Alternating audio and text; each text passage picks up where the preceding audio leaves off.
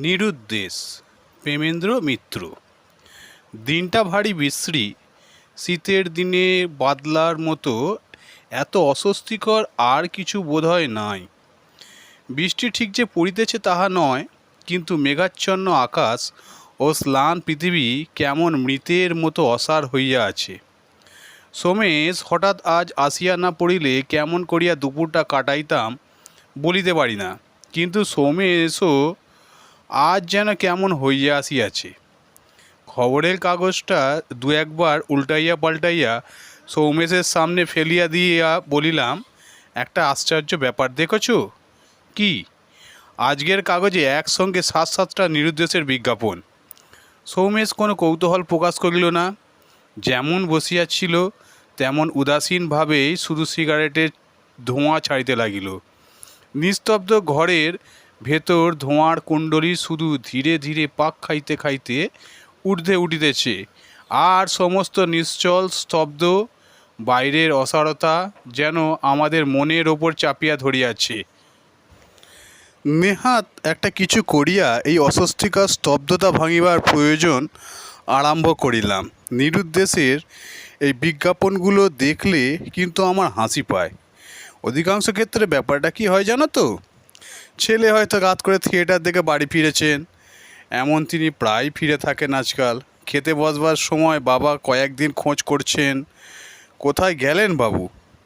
তোমার গুণধর পুত্রটি? লুকোনো পুঁজি থেকে মা বিকালে ছেলের পেরাপিড়িতে টাকা কটা বার করে দিয়েছেন, সুতরাং তিনি জেনে শুনে মিথ্যে আর বলতে পারেন না, চুপ করে থাকেন। বাবা বলে যান, এত রাত্রেও বাবুর আসবার সময় হলো না, আর এবারে তো ফেল করে মাথা কিনেছেন, এবারও কি করে কৃতার্থ করবেন বুঝতেই পারছি। পয়সাগুলো আমার খোলামকুচি কি না, তাই নবাব পুত্র যা খুশি তাই করছেন। দূর করে দেবো, এবার দূর করে দেব। এই মৌখিক আস্ফালনেই হয়তো ব্যাপারটা শেষ হতে পারত, কিন্তু ঠিক সেই সময় গুণধর পুত্রের প্রবেশ। বাবা ঝোঁকটা আর কাটিয়ে উঠতে পারেন না। নিজের কাছে মাথা রাখবার জন্য কিছু বলতে হয়, কিন্তু রাগ দেখানো উচিত, কতটা রাগ দেখানো উচিত ঠিক করতে না পেরে বলার মাত্রাটা একটু বেশি হয়ে পড়ে। শেষ পর্যন্ত বাবা বলেন, এমন ছেলে আমার দরকার নেই, বেরিয়ে যা। অভিমানী ছেলে আর কিছু না হোক, পিতৃদেবের এই আদেশ তৎক্ষণাৎ পালনে উদ্যত হয়। মা কোন দিক সামলাবেন বুঝতে না পেরে কাতরভাবে শুধু বলেন, আহা, খাওয়া দাওয়ার সময় কেন এসব বলো তো, পরে বললেই তো হতো। বাবা এবার মায়ের ওপর মারমুখী হয়ে ওঠেন, তোমার আজকারাতেই তো উচ্ছন্ন গেছে, মাথাটি তো তুমিই খেয়েছো আদর দিয়ে। মা আঁচলে চোখ মোছেন। ছেলে বিশাল পৃথিবীতে নিরুদ্দেশের যাত্রায় বেরিয়ে পড়ে। পরের দিন ভয়ানক কাণ্ড। মা সেই রাত থেকে দাঁতে কুটি কাটেননি। আজকের দিনে বিছানা থেকে উঠবেন বলে মনে হয় না। বাবারও হয়তো রাত্রে ঘুম হয়নি, কিন্তু সে কথা প্রকাশ করবেন কোন মুখে? গৃহিণীকে ধমক দিয়ে বললেন, মিছিমিছি প্যান প্যান করো না, অমন ছেলে যাওয়াই ভালো। মার কান্না আবার উচ্ছ্বাসিত হয়ে ওঠে। বাবা এবার দাঁত খিচিয়ে বললেও নিজের মনের আশার কথা বোধহয় জানান, তাও গেলে তো বাঁচতাম। এবেলায় দেখো সুরসুর করে আবার ফিরে আসবেন, এমন বিনে পয়সার হোটেল পাবে কোথায়? মা এবার অশ্রুসিক্ত স্বরে বলেন, এই দারুণ শীতের কাল কাল সারা রাত কোথায় রইল কে জানে, কি করে বসে আমার তাই ভয়। হ্যাঁ, ভয়। বাবা কথাটাকে ব্যঙ্গ করে উড়িয়ে দিতে চান। তোমার ছেলে কিছু করেনি গো, কিছু করেনি। দিব্যি আছে কোনো বন্ধুর বাড়ি, অসুবিধে হলেই এসে দেখা দেবে। মার কান্না তবু থামে না। কীরকম অভিমানী জানো তো। বিরক্ত হতে বাবা বেরিয়ে যান। সন্ধ্যাবেলা অফিস থেকে ফিরে এসে দেখেন অবস্থা গুরুতর। ছেলে ফেরেনি, মা শয্যা থেকে আর উঠবেন না বলে পণ করেছেন। না, আর থাকতে দিল না। এই অশান্তির চেয়ে বনবাস ভালো বলে বাবা বেরিয়ে পড়েন এবং ওঠেন গিয়ে একেবারে খবরের কাগজের অফিসে। খবরের কাগজের অফিসে ব্যাপারটা বড় জটিল। কোন দিকে কি করতে হয় কিছু বোঝা যায় না। খানিক এদিক ওদিক বিমূঢ়ভাবে ঘুরে একদিকের একটা অফিস ঘরে ঢুকে পড়ে নিরীহ চেহারার এক ভদ্রলোককে বেছে নিয়ে সাহস করে জিজ্ঞাসা করেন, আপনাদের কাগজে এই একটা খবর বার করতে চাই। নিরীহ চেহারার লোকটি হঠাৎ মুখ তুলে ব্যঙ্গের স্বরে বলেন, খবর? কেন, আমাদের খবরগুলো পছন্দ হচ্ছে না? আমরা কি এতদিন রামযাত্রা বার করেছি? বাবা একটু হতভম্ব হয়ে একবার অসহায়ভাবে চারিদিকে তাকান। পাশের যে ভদ্রলোকটি মুখ দেখে অত্যন্ত রূঢ় প্রকৃতির মনে হয়েছিল, তিনি সহানুভূতির স্বরে বলেন, আহা, কি করছো? ভদ্রলোক কি বলতে চান শোনোই না। বসুন আপনি। বাবা একটা একটা চেয়ারে একটু অপ্রস্তুতভাবে বসবার পর তিনি বলেন, কি খবর বলছিলেন? আগে খবর আগে ঠিক খবর নয়, এই একটু বিজ্ঞাপন। বিজ্ঞাপন? কিসের বিজ্ঞাপন? কতটা স্পেস দরকার? কপি এনেছেন? বাবা আরও বিমূঢ়ভাবে বলেন, আগে ঠিক বিজ্ঞাপন নয়, এই আমার ছেলে বাড়ি থেকে চলে গিয়েছে। তাকে আর কথা শেষ করতে হয় না। টেবিলের অপর দিক থেকে ভদ্রলোক বলেন, ও বুঝেছি, নিরুদ্দেশ। কি দেবেন, চেহারার বর্ণনা নাকি না ফিরে আসার অনুরোধ? বাবা যেন এতক্ষণ কুল পেয়ে বলেন, আগে হ্যাঁ, ফিরে আসবার অনুরোধ। ওর মা বড় কাঁদাকাটি করছে। বুঝেছি, রাগ করে গিয়েছে বুঝি। ভদ্রলোক একটা কাগজের প্যাড বাবার দিকে এগিয়ে দিয়ে বলেন, নিন, লিখে দিন। লিখে বাবার মুখে বিপদগ্রস্ত ভাব অত্যন্ত স্পষ্ট। ভদ্রলোক দয়াপরবশ হয়ে বলেন, আচ্ছা, আমরা লিখে দেব খুন, আপনি শুধু নামগুলো দিয়ে যান। পরিচয় ইত্যাদি দিয়ে যাবার সময় বাবা অনুরোধ করেন, একটু ভালো করে লিখে দেবেন, ওর মা কাল থেকে জল গ্রহণ করেনি। সে বলতে হবে না, এমন লিখে দেব যে পড়ে আপনার ছেলে কেঁদে ভাসিয়ে দেবে, আপনি নিশ্চিন্তে থাকুন। আশ্বস্ত হয়ে বাবা ঘরে ফেরেন, কিন্তু অশ্রুজল বিজ্ঞাপন বার হবার আগেই দেখেন ছেলে ঘরে এসে হাজির। অনুতপ্ত হয়ে সে এসেছে মনে করো না, সে বাড়িতে থাকতে আসেনি, শুধু একবার চলে যাওয়ার আগে গোটাকতক বই নিয়ে যেতে এসেছে।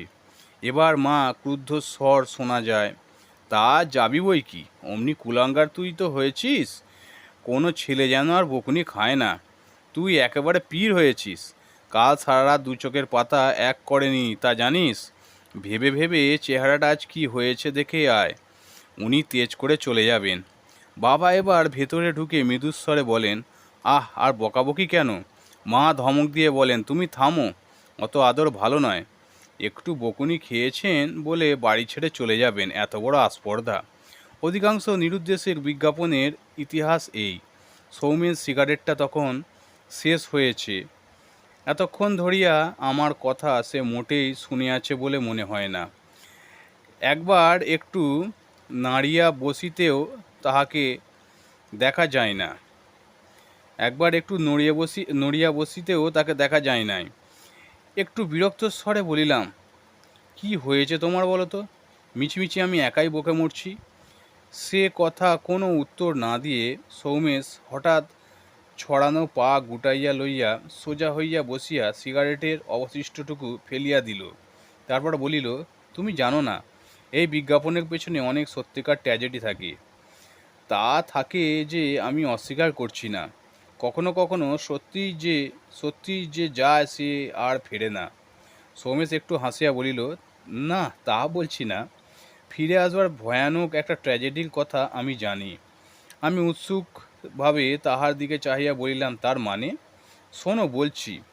বাহিরে এতক্ষণ বৃষ্টি আরম্ভ হইয়াছে, কাঁচের সর্ষির ভেতর দিয়ে বাহিরের রাস্তাঘাট ঝাপসা অবাস্তব দেখাইতেছে। মনে হইতেছে আমরা যেন সমস্ত পৃথিবী হইতে বিচ্ছিন্ন হয়ে গিয়াছি। পুরনো খবরের কাগজের ফাইল যদি উল্টে দেখো, তাহলে দেখতে পাবে বহু বছর আগে এখানকার একটি প্রধান সংবাদপত্রের পাতায় দিনের পর দিন একটি বিজ্ঞাপন বেরিয়েছে। সে বিজ্ঞাপন নয়, সম্পূর্ণ একটি ইতিহাস। দিনের পর দিন ধারাবাহিকভাবে পড়ে গেলে সম্পূর্ণ একটি কাহিনী জানা যায়। মনে হয় ছাপার লেখায় সত্যি যেন কান পাতলে কাতর আর্তনাদ শোনা যাবে। সেই বিজ্ঞাপন অবশ্য নিরুদ্দেশের। প্রথমে দেখা যায় মায়ের কাতর অনুরোধ ছেলের প্রতি ফিরে আসবার জন্য, অস্পষ্ট আড়ষ্ট ভাষা, কিন্তু তার ভেতর দিয়ে কি ব্যাকুলতা যে প্রকাশ পেয়েছে তা না পড়লে বোঝা যায় না। ধীরে ধীরে মায়ের কাতর অনুরোধ হতাশ দীর্ঘশ্বাসের মতো খবরের কাগজের পাতায় যেন মিলিয়ে যেতে দেখা গেল। তারপর শোনা গেল পিতার গম্ভীর স্বর, একটু যেন কম্পিত তবু ধীর ও শান্ত। শোভন, ফিরে এসো, তোমার মা শয্যাগত। তোমার কি একটু কর্তব্যবোধ নেই? বিজ্ঞাপনে তারপরে একটু থামিল না। পিতার স্বর ভারী হয়ে আসছে, যেন মনে হয় যেন গলাটা ধরা। শোভন, এখন না এলে তোমার মাকে আর দেখতে পাবে না। কিন্তু শোভনের হৃদয় এতেও বুঝি গলল না। দেখা গেল বিজ্ঞাপনে সমানভাবে চলছে, শুধু পিতা নিজেকে সামলাবার আর ক্ষমতা নাই। এবার তার স্বরের কাতরতা শুধু কাতরতা নয়, একান্ত দুর্বলতা। শোভন, জানো না আমাদের কেমন করে দিন যাচ্ছে? এসো, আর আমাদের দুঃখ দিও না। বিজ্ঞাপন ক্রমশ হতাশ, হাহাকার হয়ে উঠল। তারপর একেবারে গেল বদলে। আর শোভনকে উদ্দেশ্য করে কিছু লেখা নাই, সাধারণ একটি বিজ্ঞপ্তি মাত্র। এই ধরনের একটি চেহারার, একটি বয়সের একটি ছেলে, আজ 1 বৎসর, তার সন্ধান নেই। সন্ধান দিতে পারলে পুরস্কার পাওয়া যাবে। পুরস্কারের পরিমাণ ক্রমশ বাড়তে লাগলো। খবরের কাগজের পাতায় দোহরা ছিপছিপে একটি বছর 16-17 ছেলে, পরিচয় চিহ্ন ঘাড়ের দিকে ডান কানের কাছে একটা বড় জরুল। জীবিত না মৃত, শুধু এইটুকু কেউ সন্ধান দিতে পারলে তাহলেও পুরস্কার পাওয়া যাবে। সৌমেশ চুপ করিল খানিকক্ষণের জন্য। জলের ছাঁটে সার্সির কাঁচে একেবারে ঝাপসা হইয়া গিয়াছে। ঘরের ভেতর ঠান্ডায় মনে হইতেছে একটা কম্বল টম্বল জড়াইতে পারলে ভালো হয়। বলিলাম, এই তো গেল বিজ্ঞাপনের উপাখ্যান, আসল ব্যাপারটা কিছু জানো নাকি? জানি, শোভনকে আমি জানতাম। সে যে কোনো ভয়ঙ্কর অভিমানের বশে বাড়ি ছেড়ে এসেছিল তা মনে করো না। বাড়ি ছাড়াটাই তার কাছে একান্ত সহজ। ছুতোয় যা হোক কিছু হলেই হলো। পৃথিবীতে দু একটা লোক আসে জন্ম থেকেই একেবারে নির্লিপ্ত মন নিয়ে। তারা ঠিক কঠিন হৃদয় নয়, বরং বলা যেতে পারে তাদের মন তৈলাক্ত। পিচ্ছিল্য বলেই তারা কোথাও ধরা পড়ে না, কিছুতেই তাদের মনে দাগ দিতে পারে না। শুনলে আশ্চর্য হবে, খবরের কাগজের বিজ্ঞাপনের সংবাদ জানলেও সেগুলো সে অনুসরণ করেনি। কোনো দিন চোখে পড়েছিল হয়তো, তারপর অনায়াসে সেগুলো গেছিল ভুলে।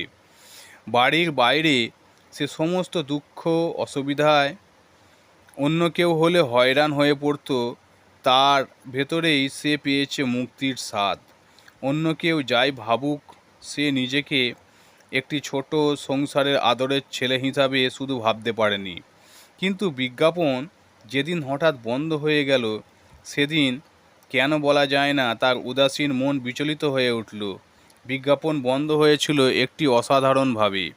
ক্লান্তভাবে চলতে চলতে একদিন হঠাৎ থেমে যায়নি। হঠাৎ যেন একটা ভয়ঙ্কর দুর্ঘটনার সংবাদপত্রের পাতা স্তব্ধ হয়ে গেল। শোভনের চেহারা বর্ণনা বদলে গেল। হঠাৎ একদিন দেখা গেল, শোভন, তোমার মার সঙ্গে আর বুঝি দেখা হলো না? তিনি শুধু তোমার নামই করছেন এখনও। তারপর আর কোনো বিজ্ঞাপন দেখা গেল না। প্রায় 2 বৎসর কেটে গেছে। শোভন একদিন হঠাৎ গিয়ে হাজির তার দেশে। একটা ব্যাপারে শোভনের প্রকৃতির খানিকটা পরিচয় পাওয়া যাবে।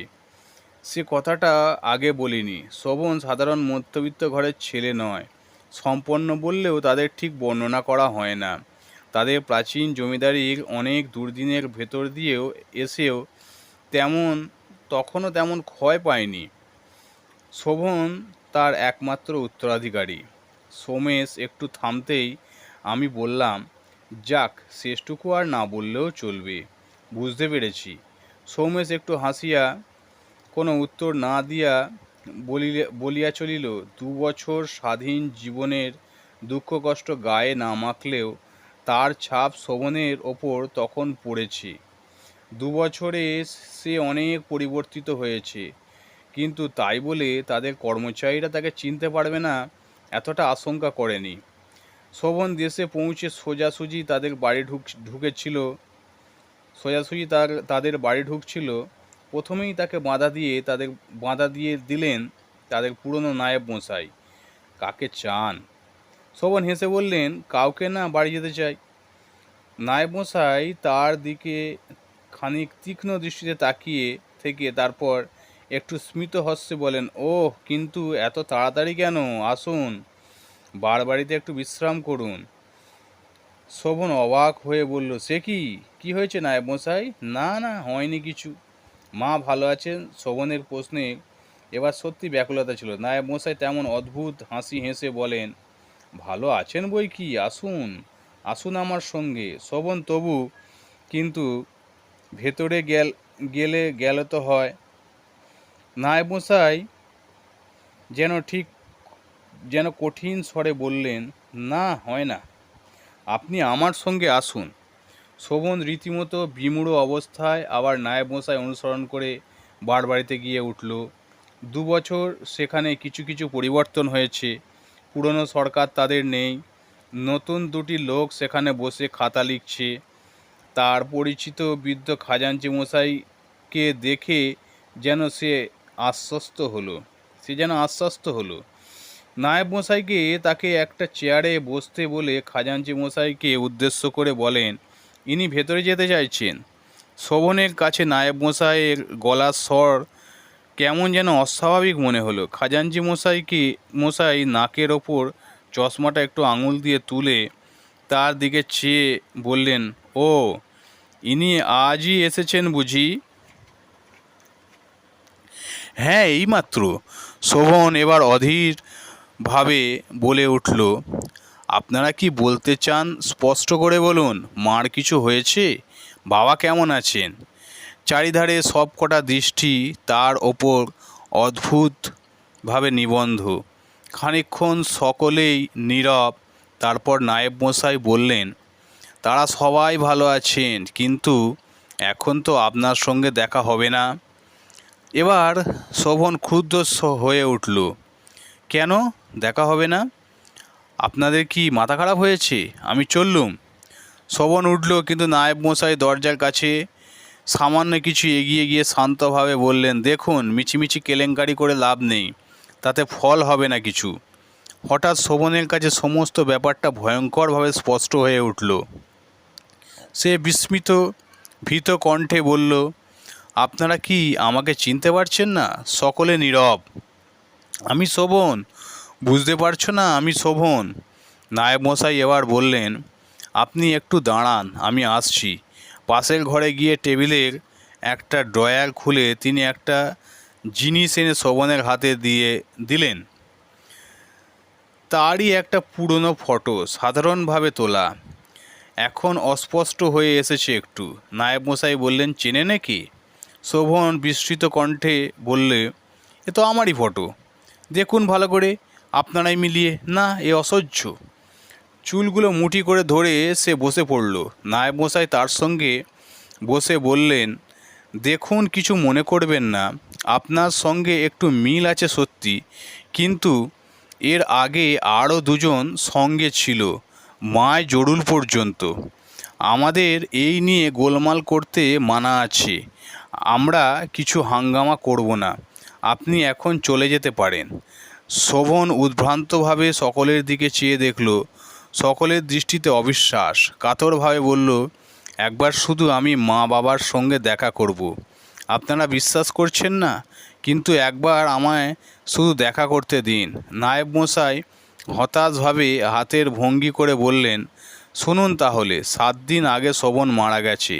তার মৃত্যুর খবর আমরা পেয়েছি। শোভন এই অবস্থাতে না হেসে পারলেন না। বললে, কেমন করে মারা গেল? তার কণ্ঠস্বরে বিদ্রূপ উপেক্ষা করেই নায়েব মশাই বললেন, মারা গিয়েছে রাস্তায় গাড়ি চাপা পড়ে অপঘাতে। নাম ধাম পরিচয় পাওয়া সম্ভব হয়নি, কিন্তু যারা দুর্ঘটনার সময় উপস্থিত ছিল তাদের কয়েকজন খবরের কাগজে আমাদের বিজ্ঞাপন দেখে আমাদের সব কথা জানিয়েছেন। হাসপাতালেও আমরা খবর নিয়েছি, সেখানকার ডাক্তারের বর্ণনা আমাদের সঙ্গে মিলে গেছে। শোভন এরপর কী করতো বলা যায় না, কিন্তু সেই সময় দেখা গেল তার বাবা বাড়ি থেকে বেরোচ্ছেন। মানুষের সঙ্গে ঝড়ের ভাঙা গাছের যে এতদূর সাদৃশ্য হতে পারে, সাহিত্যের উপমা পড়েও কখনো তার মনে হয়নি। তার চলার গতি পর্যন্ত যেন ভয়ঙ্কর দুর্ঘটনার পরিচয় আছে। সকলে কিছু বুঝে ওঠবার আগেই শোভন দৌড়ে ঘর থেকে বার হয়ে গেলেন। নায়েব ও কর্মচারীরা ব্যাপারটা বুঝে তখন তার পিছু নিল। তখন সে বাবার কাছে গিয়ে উপস্থিত হয়েছে। বাবা! বৃদ্ধ থমকে দাঁড়ালেন।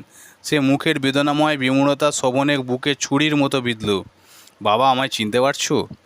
বৃদ্ধ স্খলিত পদে এক পা এগিয়ে আবার থমকে গেলেন। প্রবলভাবে ভাবাবেগের তার বার্ধক্যের শিথিল মুখকে বিকৃত করে দিচ্ছে।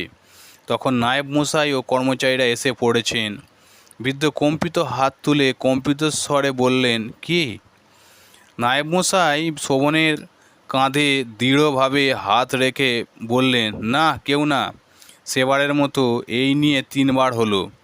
একজন কর্মচারী বলল, আমরা আসতে দিইনি, হঠাৎ আমাদের হাত ছাড়িয়ে। বৃদ্ধ তাকে থামিয়ে বললেন, কিছু বলো না, চলে যেতে দাও। বৃদ্ধ শেষবার শোভনের দিকে কাতরভাবে চেয়ে আবার ঘরের দিকে ফিরলেন। শোভন স্তব্ধ হয়ে দাঁড়িয়ে রইল। নায়েব মশাই তাকে কি বলছিলেন অনেকক্ষণ কিছু শুনতে পায়নি। কখন সে আবার বাড়িতে এসে বসেছে তাও তার মনে নেই। আচ্ছন্নতা তার কাটল খানিক বাদে। তার বাড়ি থেকে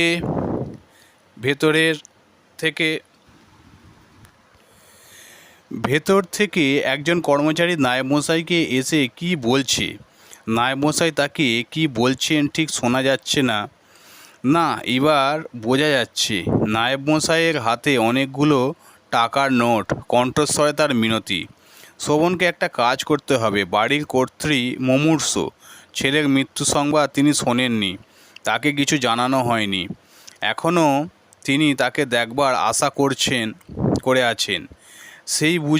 সেই জন্যই বুঝি তিনি মৃত্যুতে শান্তি পেতে পারছেন না।